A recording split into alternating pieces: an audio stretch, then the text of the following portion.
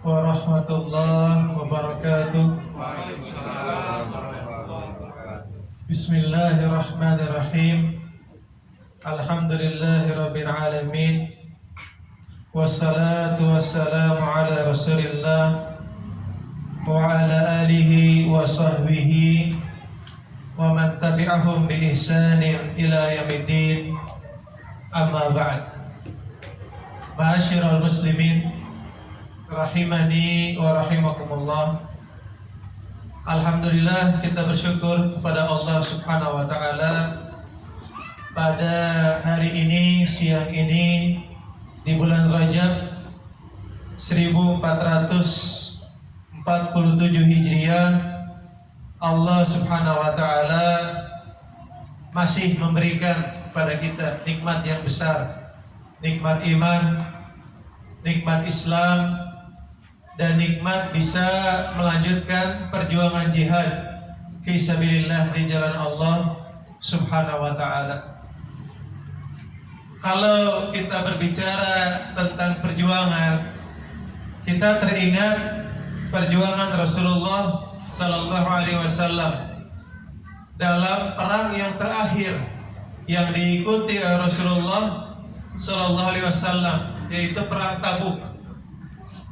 Perang Tabuk itu terjadi di bulan Rajab, ya, sama seperti yang ada kita sekarang. Sekarang kita di bulan Rajab, betul ya? Ini bulan Rajab ini salah satu yang terjadi peristiwa penting, yaitu perang Tabuk di bulan Rajab tahun 9 Hijriah. Ya, di mana ketika itu disebutkan perang Tabuk itu adalah perang yang di masa sulit. Maksudnya apa? Itu di musim panas, ya, musim panas, dan juga di musim panen.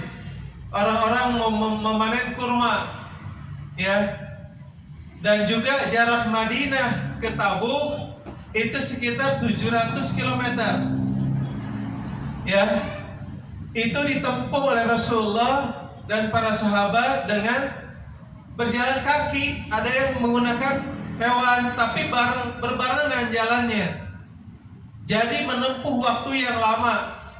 Disebutkan 20 hari waktunya dari Madinah ke Tabuk, ya, sekitar 700 kilo.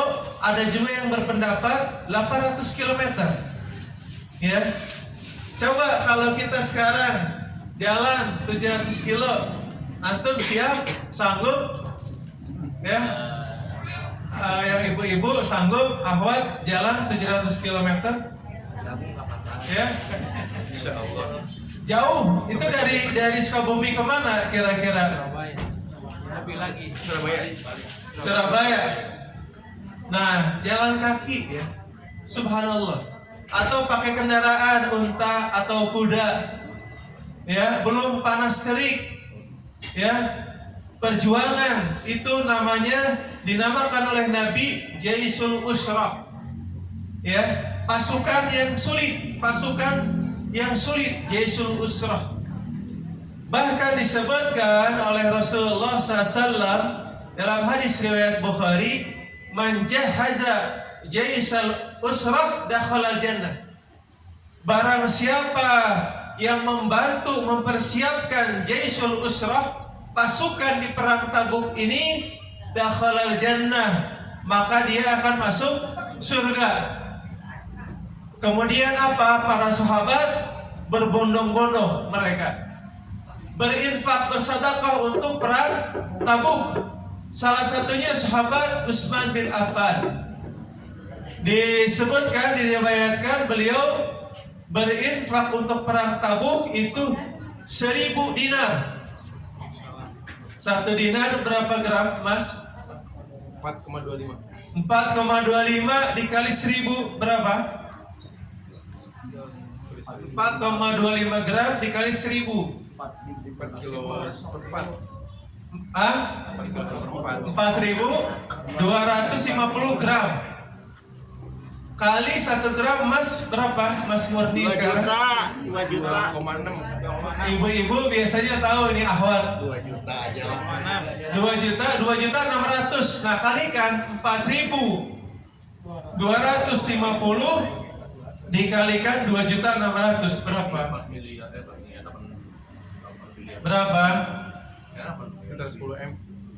Hah? 10 miliar. 11 miliar. Utsman bin Affan berinfak bersedekah untuk perang Tabuk 11 miliar. Itu luar biasa perjuangan. Nah, ini perjuangan yang besar dari para sahabat Nabi. Ya. Nah, di sini kita teringat kalau kita sekarang berjuang di sini seminggu sekali kita berjuang di sini, para sahabat mereka berjuang dengan perjuangan yang lebih besar dari kita. Kemudian di perang Tabuk juga sahabat Abu Bakar As-Siddiq berinfak seluruh hartanya, berinfak untuk perang Tabuk. Umar bin Khattab berinfak setengah hartanya untuk perang Tabuk. Ya. Nah, kalau kita ada bahasa di sini seluruh hartanya, itu maksudnya selain rumah, selain kendaraan, harta yang di luar kebutuhan pokok, kebutuhan manusia. Misalkan sekarang kalau ditanya harta kamu berapa, yang ada yang cash ya, yang uangnya bisa dicairkan langsung, itu seluruh harta. Misalkan kita punya 100 juta yang cash bisa dicairkan, nah itu berani gak kita infakkan semua 100 juta? Kalau kita berat ya. Atau setengahnya seperti Umar bin Khattab 50 juta, berat.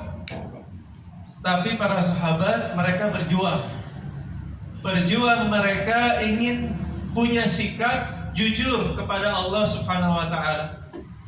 Nah, ini sesuai dengan surat At-Taubah ayat 119. Allah mengatakan, ya ayyuhalladzina amanu taqullaha wa kunu ma'as shadiqin.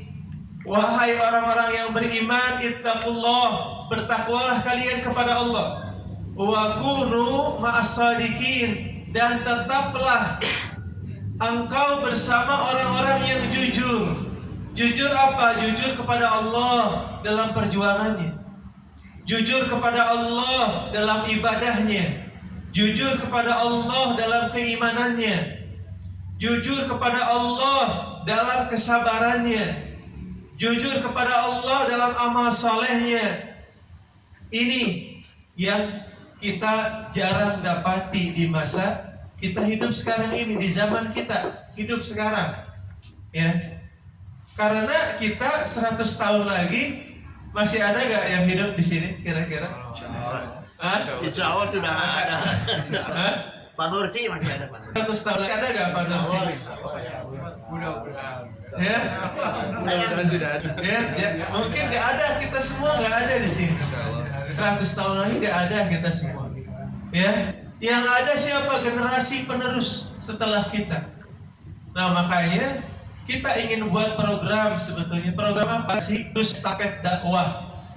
Terus dakwah Allah ini ada penerusnya, ya. Harus kita ciptakan generasi-generasi penerus untuk melanjutkan perjuangan kita di dalam berjihad dan Allah Subhanahu wa taala. Kita persiapkan dari sekarang. Ma'asyiral muslimin rahimani wa rahimakumullah. Nah, materi pada Jumat pekan kedua seperti biasa ya, kita sirah dan fikih, haji dan umrah. Tapi kita mulai dengan umrah dulu ya. Kita mulai dengan fikih dan sirah umrah. Ya, sesuai dengan tema yang permintaan. Ini permintaan tema ini. Ya. Kalau jadwal kita yang asli apa? Tafsir, ya kan? Tafsir dan sirah. Di sini tafsir dan sirah sebetulnya. Tapi ada permintaan untuk membahas fikih, sirah, haji dan umrah sebulan sekali di Jumat pekan kedua. Ya. Oh, ada permintaan nih, ya mudah-mudahan kalian semangat juga. Ya, kalau ada permintaan seperti ini, mudah-mudahan kita semangat di dalam menghadirinya. Ya. Nah, insya Allah kita lanjutkan materi kita sekarang. Ya, kita masuk kepada keutamaan umroh. Ya, keutamaan umroh. Yang pertama, keutamaan umroh itu adalah umroh faroh, pelebur dosa manusia. Dalilnya apa? Disebutkan dalam hadis riwayat Bukhari dan Imam Muslim dari sahabat Abu Hurairah radhiyallahu anhu, berkata Rasulullah sallallahu alaihi wasallam, al-umrah ilal umrah kafaratun lima bainahuma. Ya, dari umrah yang satu ke umrah yang lain itu kafarah, penggugur dosa. Ya, penggugur dosa. Selama kita umrah, kemudian ke umrah yang lain, itu akan menggugurkan waalaikumsalam dosa-dosa kita. Ya. Dan di sini disebutkan oleh para ulama, dosa-dosa di sini adalah as-saghair, dosa-dosa kecil. Ya. Karena bukan al-kabair, bukan dosa-dosa besar. Ya. Jangan seperti orang-orang yang dia seorang kiai, dia seorang ustadz, seorang ajengan, seorang guru dan sebagainya, dia berbuat dosa, ya, di Indonesia, di negerinya berbuat dosa, ya, LGBT, bermain judi, berzina, kemudian saya ingin meleburkan dosa, berangkat umroh. Begitu gak? Bukan begitu, ya. Bukan seperti itu caranya, ya. Kalau begitu menganggap seperti orang-orang Nasrani, Nasoro, yang mereka ada penebus dosa, mereka membayar ke gereja dan semacam. Ya. Nah, di sini Rasulullah SAW kenapa mengatakan seperti ini? Itu menghasung kita untuk beramal saleh. Bukan hanya umrah, ya.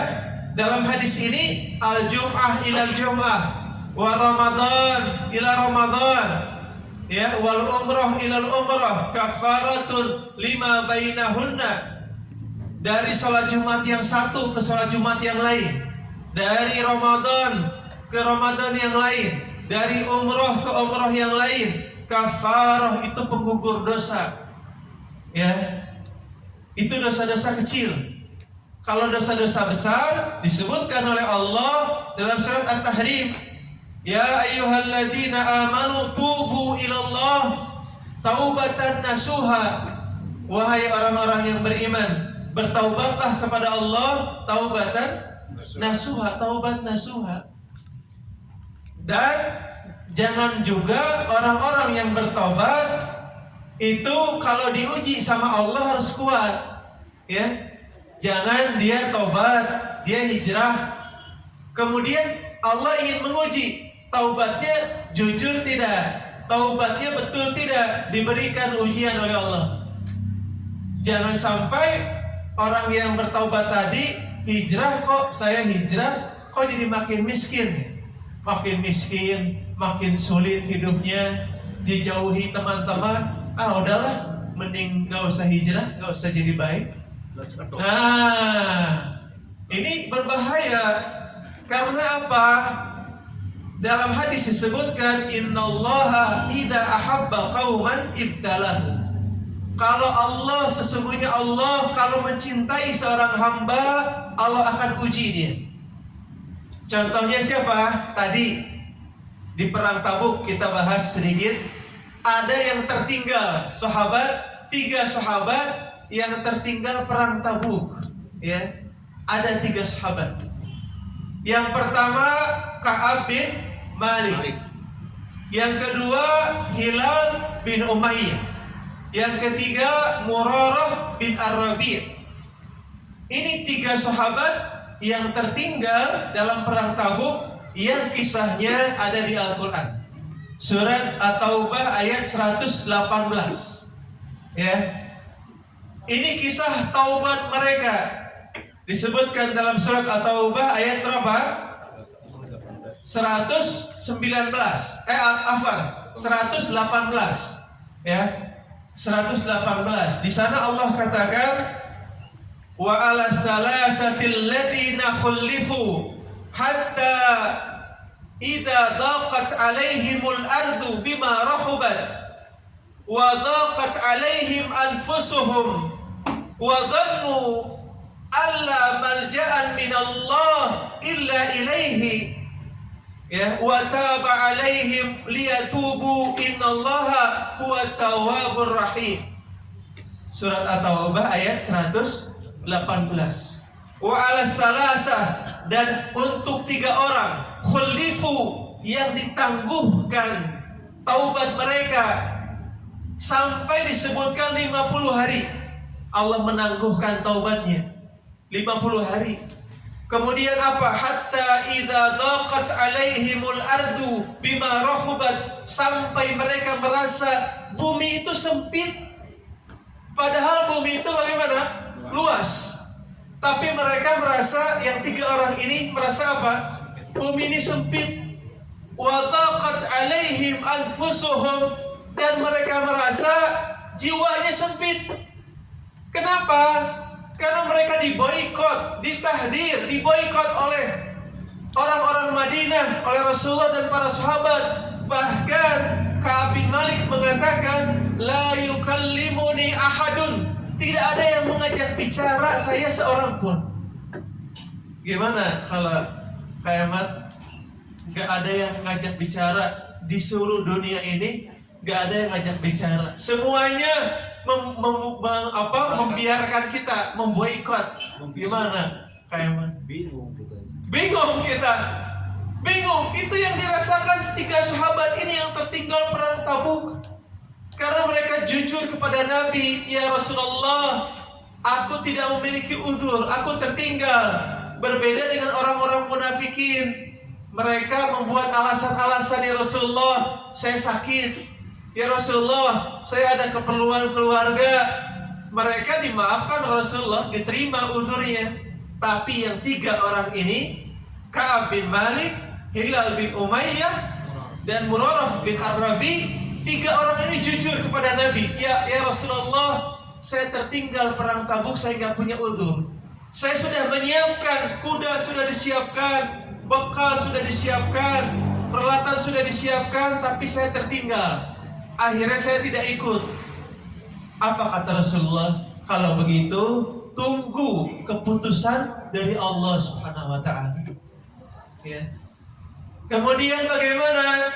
Disebutkan oleh Ka'ab bin Malik, ya, bahwa Hilal bin Umayyah itu orang yang sudah tua.